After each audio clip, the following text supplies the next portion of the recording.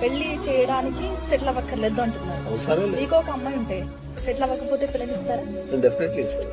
ఏ ధైర్యంతో ఇస్తారు ఒక తండ్రిగా? కలిసి బతకడానికి ధైర్యం ఏముందండి? ఇప్పుడు మీకు సమాజం అంతా ఒక రాంగ్ వేలో పోతుంది. మీరు ఒక 100 కోట్లున్నోనికి వాడు 100 కోట్లున్నాయి, సరే వాడు ఏం చేస్తాను లేడు. ఒక 100 కోట్లున్నాయి, 100 కోట్లున్న ఒక వ్యక్తికి మీరు పిల్లనిచ్చి పెళ్లి చేశారు. పెళ్లి టైంలో 100 కోట్లున్నాయి అనుకుందాం. తర్వాత ఒక 1 year 2 years కో ఏదైనా బిజినెస్ లో వచ్చి లాస్ వచ్చి వాడు జీరోకి వస్తే, అయ్యో నీ 100 కోట్లు వెళ్ళిపోయినాయి, నా పిల్లని తీసుకుని పోతా అంటావా? నువ్వు అంటావా? అంటావా? ఎవరైనా సమాజం మరి మరి మరి మీరు ఏం చెప్తారు సమాజానికి? ఈ సమాజానికి ఏం చెప్తున్నారు మీరు? ఆడపిల్లలకైనా మగ పిల్లలకైనా నేర్పాల్సింది ఏంది? ఒక వ్యక్తితో ఎట్లా కలిసి ఉండాలా, ఒక వ్యక్తిని ఎట్లా కాపాడుకోవాలా.